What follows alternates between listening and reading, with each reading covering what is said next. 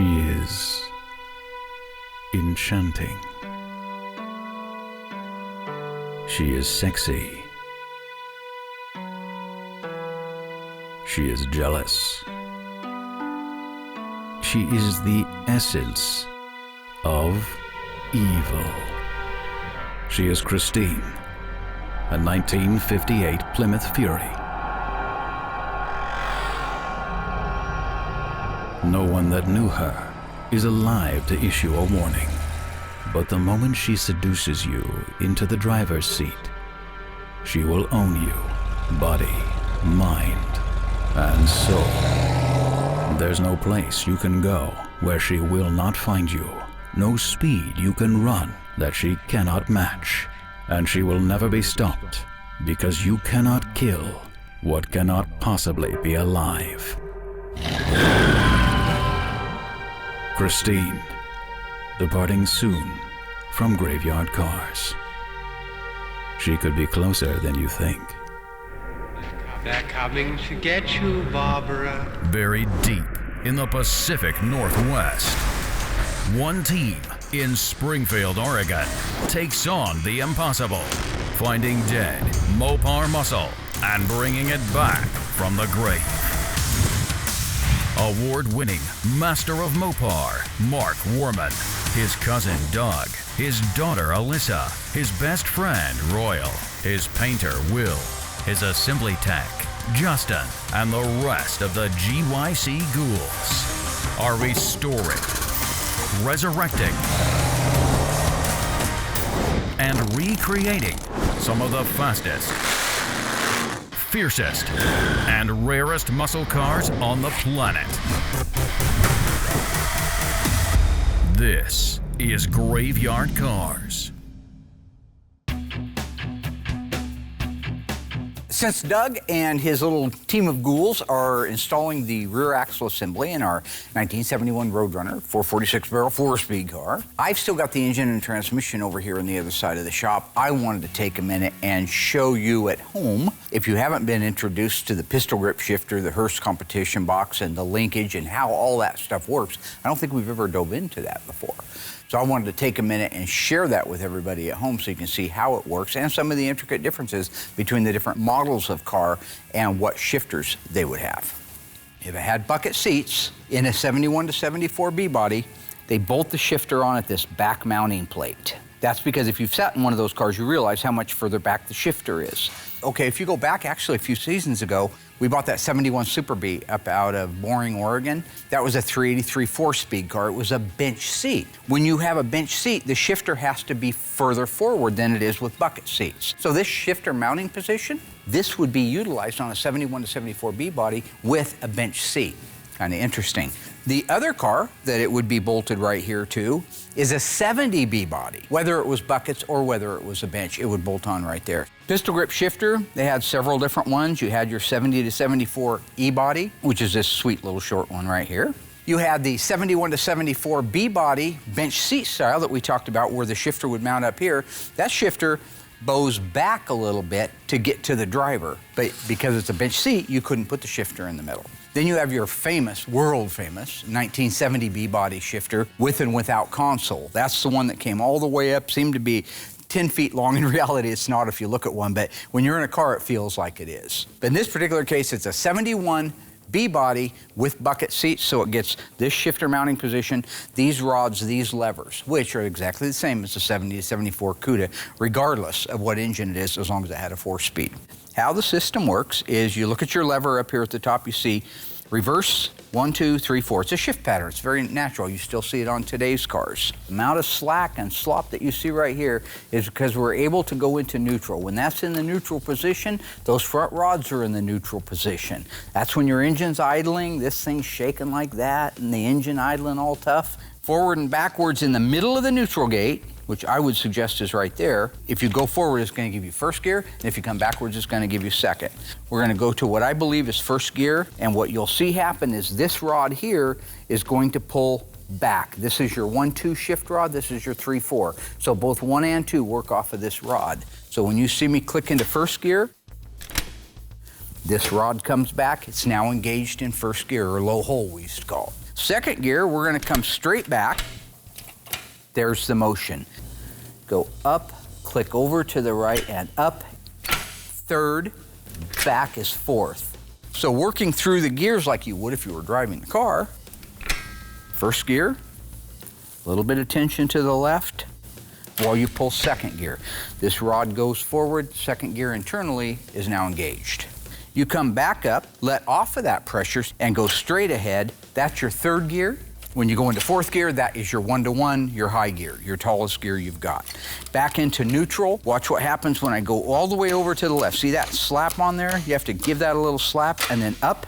It engages the reverse rod. That pulls this lever back and it puts it into the reverse. That's when your dash light that says reverse pops on and your backup lights back in your bumper or the rear body panel or wherever they're at would pop on. So there you go, the 1, 2, 3, 4s, if you will, of shifting a 4-speed transmission. Now when the Trey was doing it back in the day, I went through the gears fast, so fast that people didn't even know what I was doing. They couldn't even see it, right? So if you were actually looking at this pattern right here and you see Mark, that's how fast it was. You saw a little flash. Down.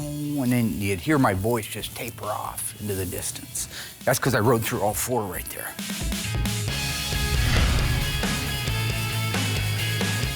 When Tony was out here recently, we had an opportunity, which we don't always have, to go over some of the newbie cars that are down at our storage lot. And I always look forward to that because as much as I brag about knowing everything in the world, Tony never leaves here after us looking at a car where I haven't learned something new. One of the coolest things about coming out to Graveyard Cars is just to see the wealth of cars here.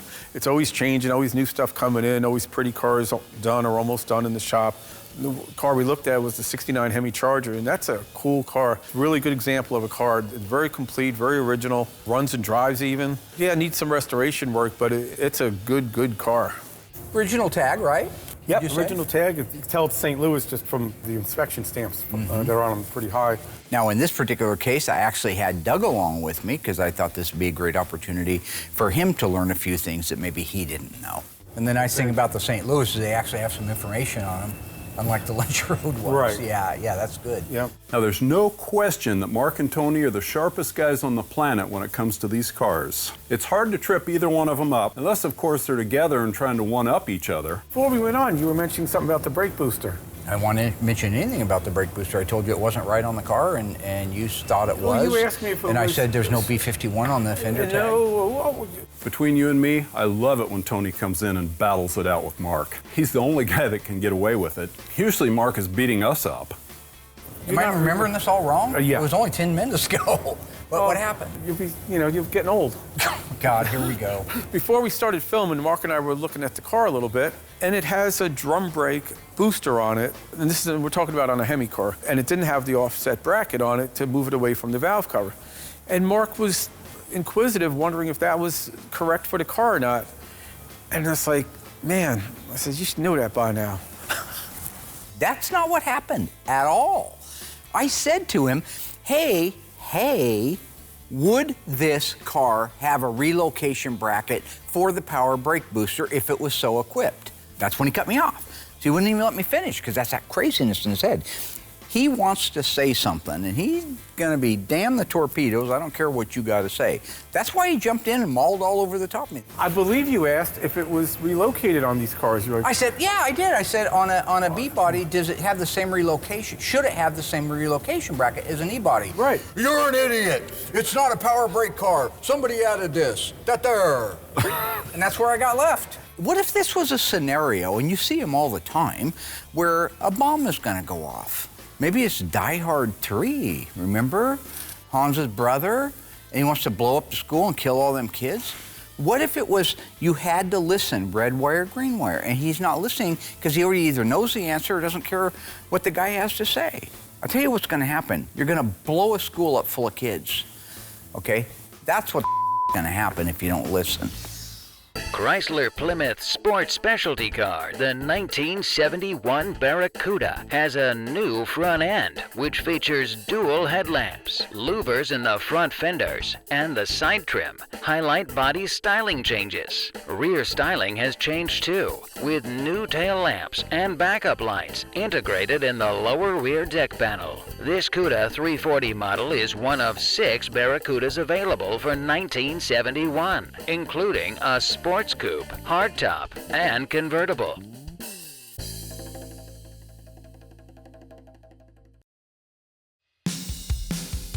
What else do you see interesting on the fender tag? Anything good? Man, no, it's pretty straightforward. I think it's kind of unique that it's a B3. Yeah, that's different. You know, different. a lot It's nice of them are color. B5. You know, it's nice color. What color interior is it supposed to have? Whatever the And it color. shows B7 as probably the upper door frame Upper code. door frame. So that would be the upper door pads There from you the go. Charger. Now this Charger is really going to be a striking car because it's a B3. That's the lighter blue over a B7 blue interior, much darker. The B3 is a pretty color, especially with the white top and the white RT stripe on the back. Are those the correct carburetors? This is right up your alley. It should be I actually don't know them. 4619 and 4620, and I haven't looked at them. Like I said, Tony's the only one that can take on Mark when it comes to knowledge about these cars. Just rattle off the carburetor numbers without looking at a book. It's amazing. Does Mark have to look in the book before he goes on set? No comment, Peter. What else you got? N85, What's that mean? TAC. 7,000 RPM? I don't even know where it ends. You know? I don't know. Well, no, but I mean, you know how many RPMs it goes up to the max, right? No, I don't know what Oh, it yeah, is. it's 8. It's 8,000 it's 8, on that. okay. Yeah, it's pretty standard. Oh, snap! The Mighty Tone doesn't know if it's a 7 or 8 grand TAC. Come on, man. That's Mopar's 101. Might get back in the book again there, Philly. Have a Coke, a smile, and a sandwich, and shut the up. Somebody made an electric choke. I see that from here, but it does have the dash pod on it. See that? Only 4-speed cars had that. Yeah. So does that share with any other carburetors, the dash pod? The dash pod is the same, but the bracket's specific to Hemi. Okay. And But that's the it's same one also- you see on a 3-4-speed Yep. car. Gotcha. And you know what this also should have? I can't see it from here, but I'm going to guess. I think I see the vacuum line for it. That green emissions distributor valve thing. Yeah. This is really crazy. So I've been studying some of the older Master Tech videos that are online from back in the 40s, the 50s, 60s, 70s from Chrysler. I just watched a video on that. It's part of a cleaner emission system or something they called it. It's really a neat little part. Also with a cleaner air system. The distributor vacuum advance control valve isn't used on automatic transmission cars, except for the 426 Hemi models. Because manual transmission cars have different operating characteristics, they need vacuum control valves to keep exhaust emission within legal limits. You know, when you're talking about a car like this in today's market, a true blue chip investment grade Hemi car with good colors and a 4-speed, I mean, I could easily see it being worth $250,000. As crazy as that sounds. Most people at home would say we're lying, but watch crazy. Jackson, watch me come, they're just nuts. If you were looking at the side of the car, obviously it has the rally wheels didn't come out till the next year, but is there anything looking at the side of the car without looking at the interior that would lead you to believe when it was built in the model year? Let's see. Watch the psychopathy here. I've been watching that series on Investigation Discovery about this. Look at him. That's that sociopath stuff, man. That's sick. You mean besides like where the Hemi badge is on the door and stuff like that? Looking at the car from our vantage point right now, not including the interior. And already with knowing the it's a seats without the 69 headrest. for hell's sake. Right. Sure. Is there anything indicating to you if it's an early or late build car? Okay. Well, we don't. Outside of we the car, do- outside of the car. It's only an hour-long show, so look, I'll just tell you. It has the black button on the door handle. Could also have been replaced. On both sides. And why would they? These are classic gestures. See the hand going on me? Like, oh, it's okay, Mark, you made a mistake. Like you would an old person that crapped their pants or something, right? It's okay, we all crap our pants, all right?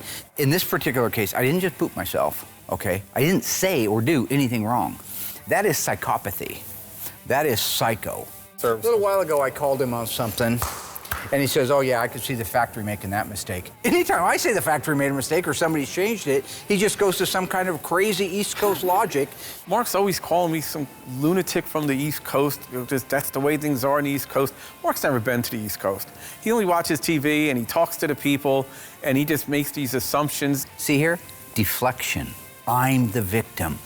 This person led me on, so I had to bash their head in with a piece of wood. Both handles? Yeah, well, the whole car was painted. Maybe they took the handles off. Is there any undermasking or overmasking on the handles? You're the paint guy. There's no paint on those. Those things were taken off. This whole thing about the knobs trying to catch me like some great big whodunit because it's a black knob versus a chrome one because of the year splits in it. Anybody could have changed the handles. All right, the car's been painted, so it's been disassembled. Maybe somebody preferred the black knob or the chrome knob. You can't hang your hat on that. That's not a DNA. So at some time, somebody maybe said, I prefer the black knobs. Moving on. Mark jumps on everybody for anything. Even if it's not there, he'll jump on them for it. Oh, and there it is, victim, right? He's the victim here, all right? Killed a bunch of people. All right, well, in this case, obviously he hasn't killed anybody. But blame the person for your mistake. That's psychopathical behavior from a man who really may very well either need a psychiatrist, psychologist, or perhaps a priest. The all-new, restyled 1971 Cuda has more options than ever before. Now equipped with powerful road lamps, both smart-looking and a necessity on rallies. And new stamped steel road wheels with the popular raised white letter tires. Smart. The slapstick T-handle with torque flight floor mounted in the console delivers. You can slam through gears thanks to a built-in shift gate, or let the transmission shift automatically. The best of both worlds. It's real similar to the 70 butt, right? Real similar. Yeah, but same taillight design and body. The metal's the same. For sure, it's the Right, same the metal panel. panel's the same. Now this I know about. So the 69 and 70 Charger at a glance are identical. It wasn't until you stop and focus till you see the difference. In 1969, the taillight has a chrome bezel around the outer edge. In 1970, they lost the chrome bezel and went to a finished rear panel to dress up the back. You know, overall, it's a very original car. It has a few things done. You know, the steering wheel, back in the day stuff. Pointed out it didn't have, it has headers on it, but the manifolds are with the car. The guy has, the owner has the right air cleaner. Kept all the good stuff. Yeah. Not collective, it kept it. And he's owned this a long time, you said, right? This guy has owned the car for a long, long time. Now, I forget if he said he bought it new. I don't think that he did.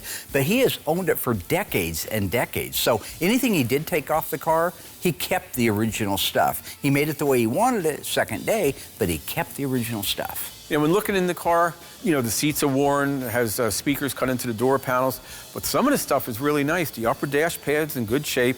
The lower dash pads, which are impossible to find, are really good. But overall, the car is a really good stand-up car, has so many pluses going for it.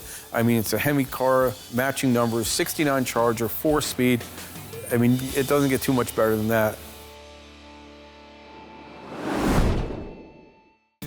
In 1970, Plymouth built 1,788 340 Cudas. Very few of those featured a rubber front bumper, luggage rack, power windows, and a hockey stick stripe. This is one of those cars. It also happens to be the topic of this week's autopsy report.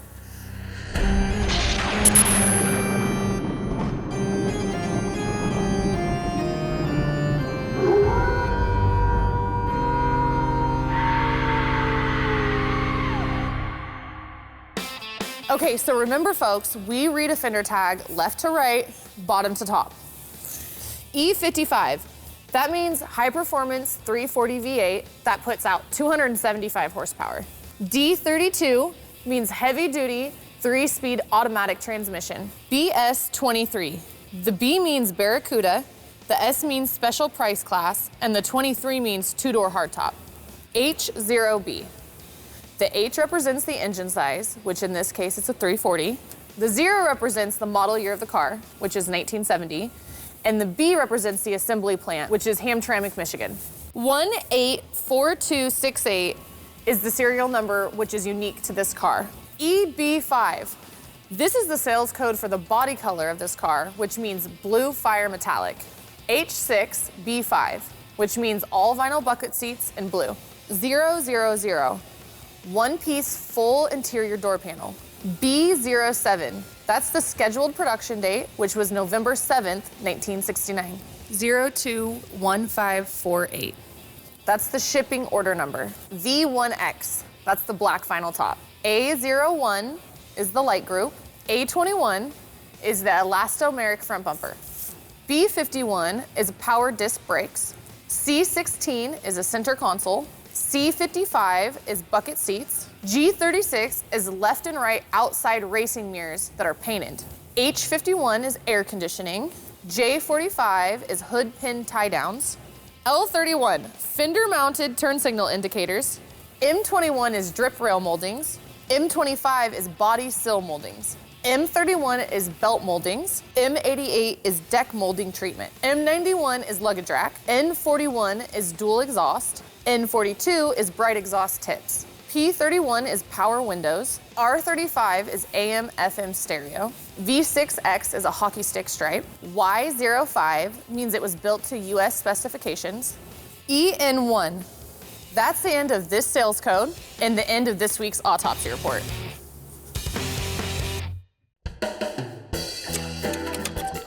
How much did you remember? Here's a multiple choice trivia. What is the name of the T-handle attached to the TorqueFlite automatic transmission in the 1971 Cuda? Is it speed shifter, speed gate, or slapstick? Think you know the answer? Find out if you're correct right after the break.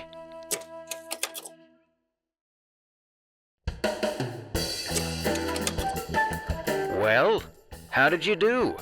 What is the name of the T-handle attached to the TorqueFlite automatic transmission in the 1971 Cuda? If you guessed speed shifter or speed gate, then you are an idiot and absolutely terrible at trivia. But if you guessed slapstick, you are right and not an idiot. The slapstick offers extra optimal performance, allowing you to slam through the gears. This optional wheel has the performance, look, and a rim blow horn that offers convenience with safety.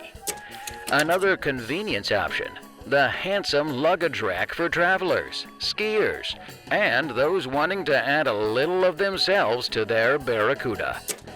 And with any of Barracuda's radios, there's the cassette stereo tape player with dozens of uses besides playing your favorite music. Like the cassette recorder, that's an exclusive option for 1971. I'm working with Allysa and Hunter today on installing the drivetrain in the 1971 Roadrunner 440 6-barrel 4-speed car. Are we ready? Yeah. Ready. I'm not. So I'm so excited to get back into the shop. I haven't been doing anything like hands-on in the shop for a while, so this is super exciting. Okay, so we are going to install the fronts of those spring hangers through the holes, and we're gonna put the nuts on the back side. Dougie is a great teacher. He's always so patient and kind. I mean, he never insults me, so I always have a great time working with him. And I've never worked with Hunter before. Hunter, you want to check and see if you can get a nut started on yours while I feed it in here? Yeah, sure. Put one on the top. One on the top? If you can, so it doesn't come back out. Because I'm gonna have to help you feed that one through. So this is the first time I've actually worked with Doug and Allysa on assembling a car. I'm really looking forward to continuing my education on all the cars. It's super cool. All right, yeah, you're good. Okay. I got the top ones already in place. Do you want me They to are? put a nut on it? Yeah.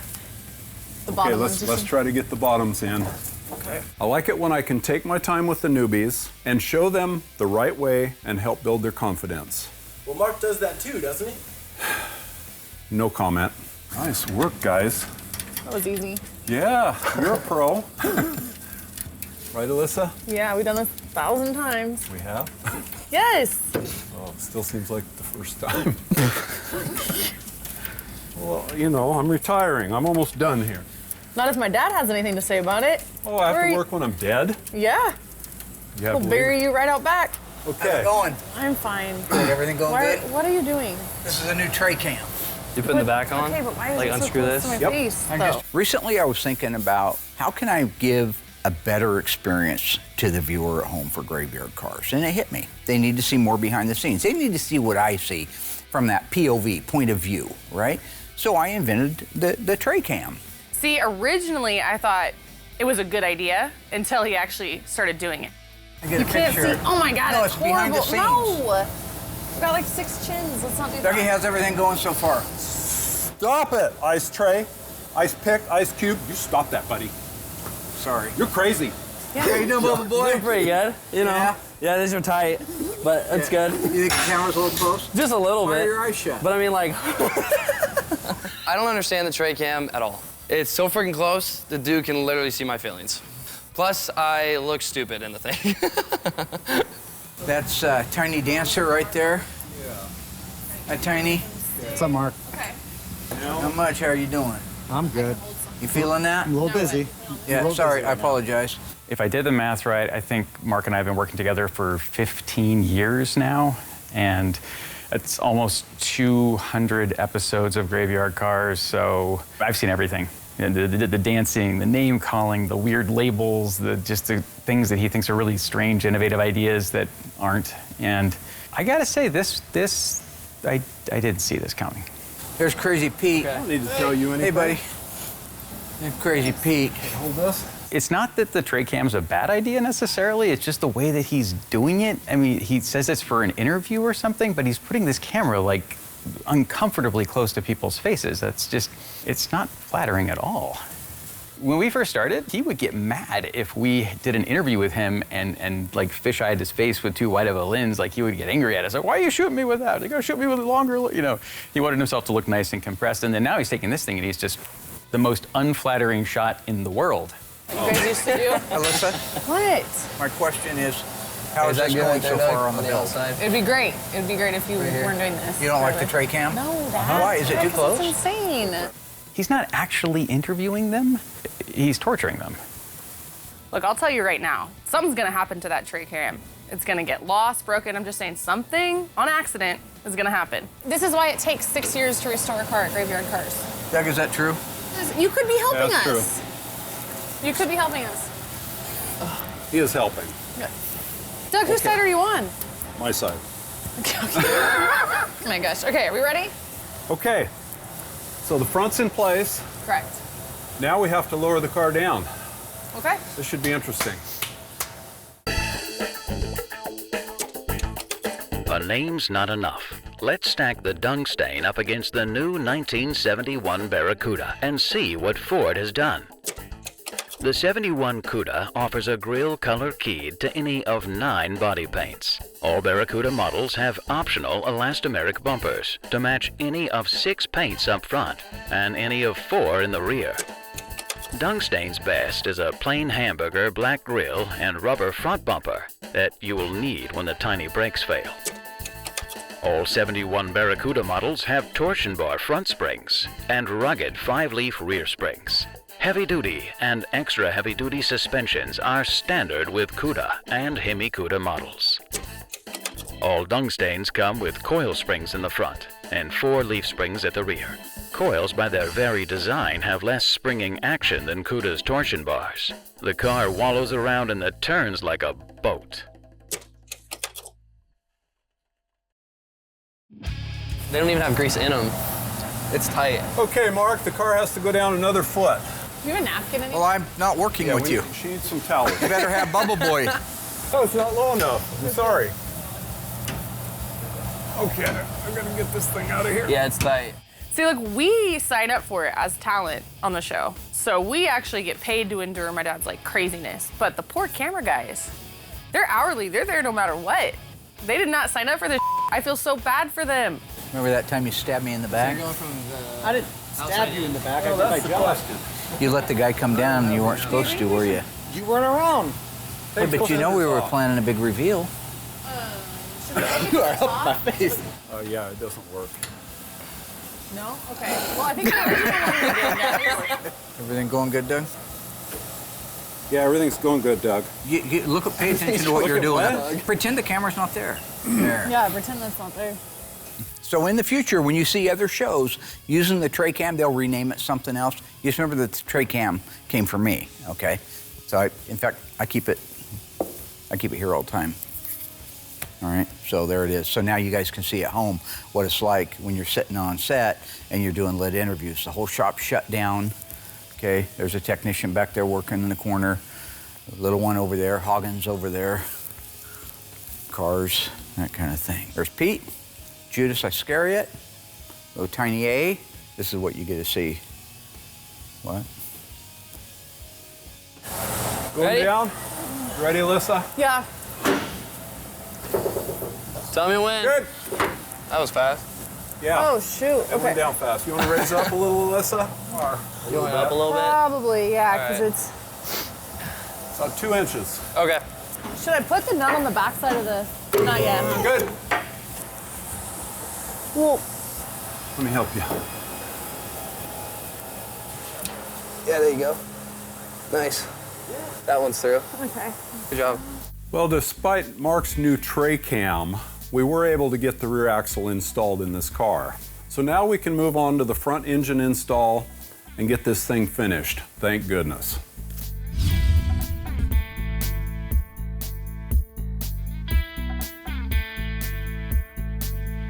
The thing to really be mindful of if you're doing one of these cars is, can I do it any better than the manufacturer did it? And that's just why I wanted to show you this, how we do it when we're replacing panels.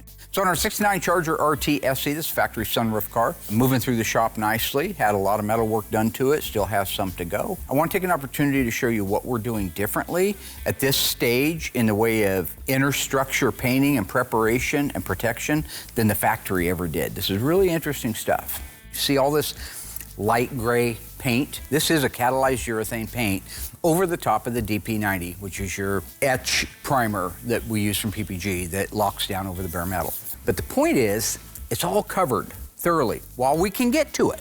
We can get the sides of the trunk floor extensions. On the inside of the wheelhouse, around all the jack bases, everything is there. So the big difference in what we do and what factory does, factory, there was a lot of bare metal left underneath the Dutchman. So if you were to crawl inside the trunk and look at an original car, you'll see where there's still bare metal and the cars just rust out super fast. So what we do is when the metal guys have these cars apart, I'm painting the back sides of things, painting as much as I can, so when the car goes together, it's already completely sealed off and covered 10 times better than factory. You have paint everywhere. Wheelhouse, outer wheelhouse, all the way up into here. You have it on the reinforcement inside the Dutchman panel. It's not even a sealer, it's actually a single stage where I added black, white, a little yellow, and a little green. We have a lot of original cars here. Some of the sealer was dark, some of it was light, so I kind of just custom built the color and kind of split the difference and then documented the formula. So moving forward, I can just bring it up on my computer and every car gets that color. Now, something really cool here. This wheelhouse, outer wheelhouse, is original to the car. The other one has been replaced. The inner wheelhouse on both sides is original. This is the hole that I told you about where they take the drain tubes for the sunroof that run down through here. You can see where they've hacked this open to make that hose come up through here, down here, and into here. To make that hole, remember the quarter panel was on the car, so they couldn't do it from this direction out. They went inside the wheelhouse, boom, beat the hell out of that thing with a chisel. That is an original hole. Let me show you the detail we go to. This wheelhouse has been replaced. It's a brand new AMD outer wheelhouse. See that hole? Tell me that hole isn't a factory hole. My man Josh did that. He took the big old chisel, punched up through that thing. See my little finger? Can you see it? And duplicated the same butchery that was done at American Sunroof Company when they did that. You can see the evidence, though, from the factory. Look at this. That's where they cold chiseled this, rolled it up out of the way so they could get between the skin and the roof the drain tube to come down here and out through there. Somebody looks at this car 10 years from now, and they say, oh, it's had a wheelhouse put on it. Look at that hole, it's too nice. No, that hole ain't too nice. That hole matches that hole. That's the detail.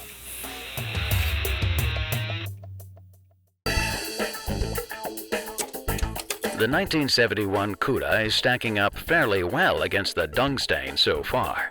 Let's take a look at the engines and see how they compare.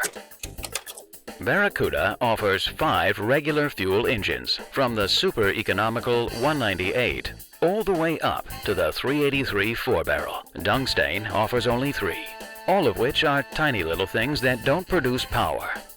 That's sick, dude. And Tungstain's heater control panel forces you to take your eyes off the road, as it's located in the center dash under the radio. I don't think I should have to die just because I want to stay warm. Barracuda puts these controls right in front of the driver. Barracuda's advantages over the Tungstain continue, with 52% more brake lining area for better braking and longer lining life. More functioning instrument panels that give the driver more information without taking his eyes off the road. Full body side protection with moldings that run the entire length of the car. More practical, optional transmissions that keep you in the proper gear.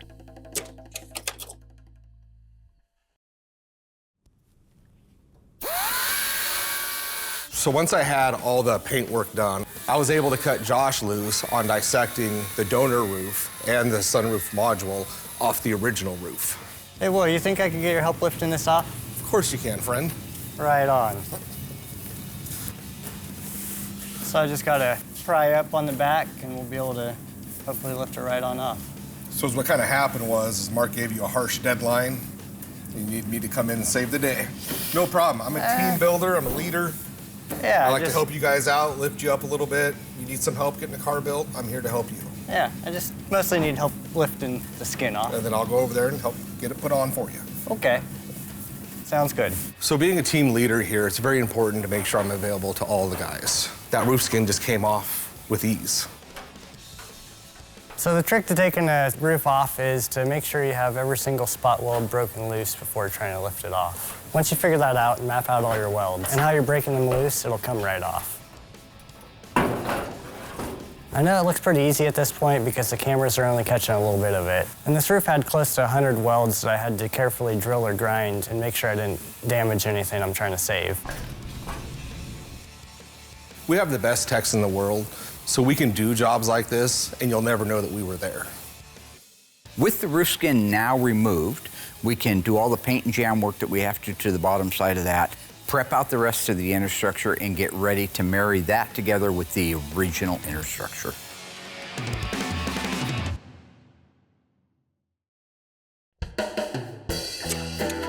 Let's see how much you've learned.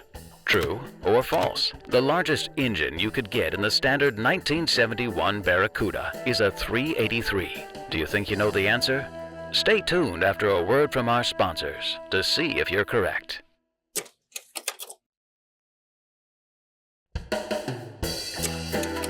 Well, how did you do?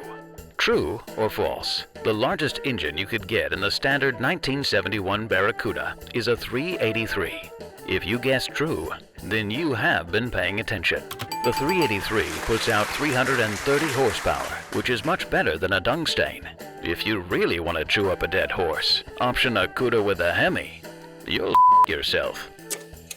In addition, the horse droppings Mustang front seatback release is way down at the lower center of the seatback. Passengers find it troublesome to get in, and it's embarrassing for an owner to be kidded about such an awkward feature on his new car.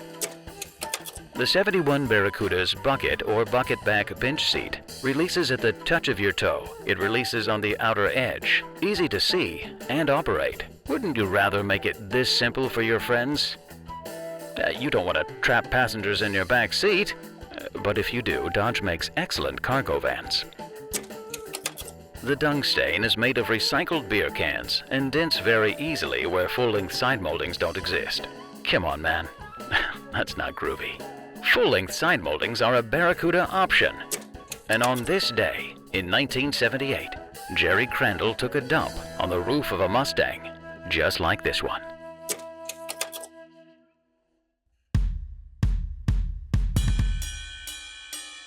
Okay, here we go. Moving quick. What? Yeah. Yeah. Slow down a little, Yeah, it seems like it's really far over to the right. One of the cars that I am the very most excited about seeing finished up very soon is the 71 Roadrunner. The only time we've ever had a car come here along with 8mm tapes of back when it was raced at the drag strip. I mean, what a family heritage this car has to offer. What we're doing is giving that car a new lease on life, which is going to begin creating a world of new memories once it goes home. Beautiful. My front bolt is lined up dead on. Yep.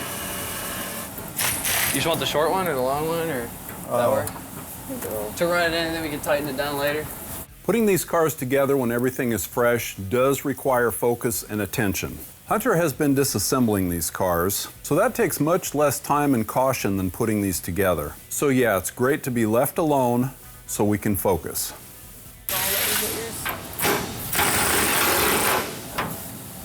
How's everything going? That's great. Getting the front end in? Not that again. Why? Okay, remember, Why? life ain't all sunshine and rainbows, all right, as Rocky Balboa said to his kid.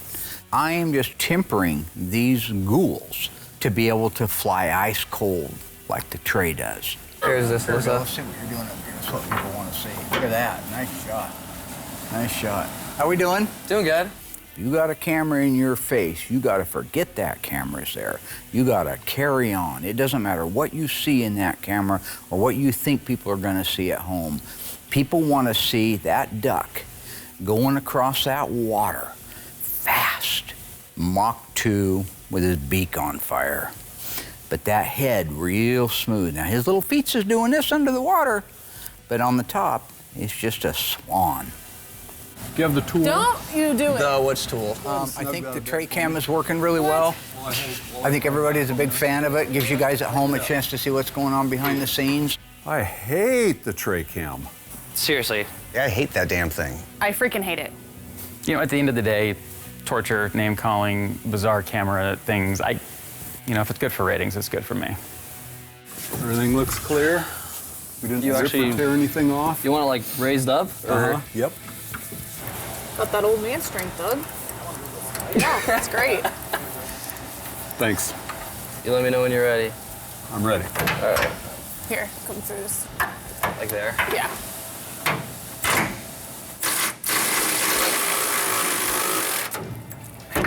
All right.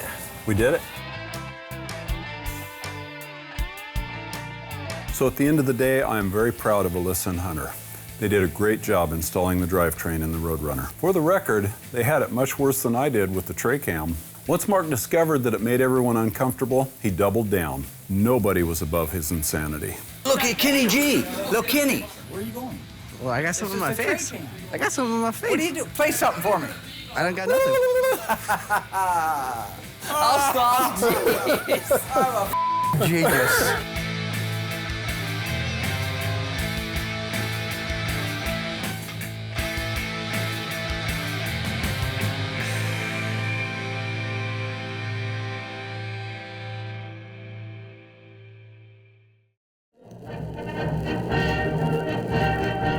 This episode is brought to you in part by the all-new Tray-O-Vision camera.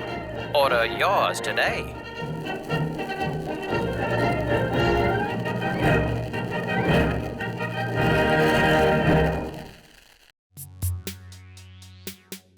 All right, enough of this. We're done with this. Is this a stupid little camera? Is this how you turn this thing on? Is that on? Is this what you want, Dad? Is this it? This is what you want, okay? Get all of it right now, because you're done with this after today. Okay?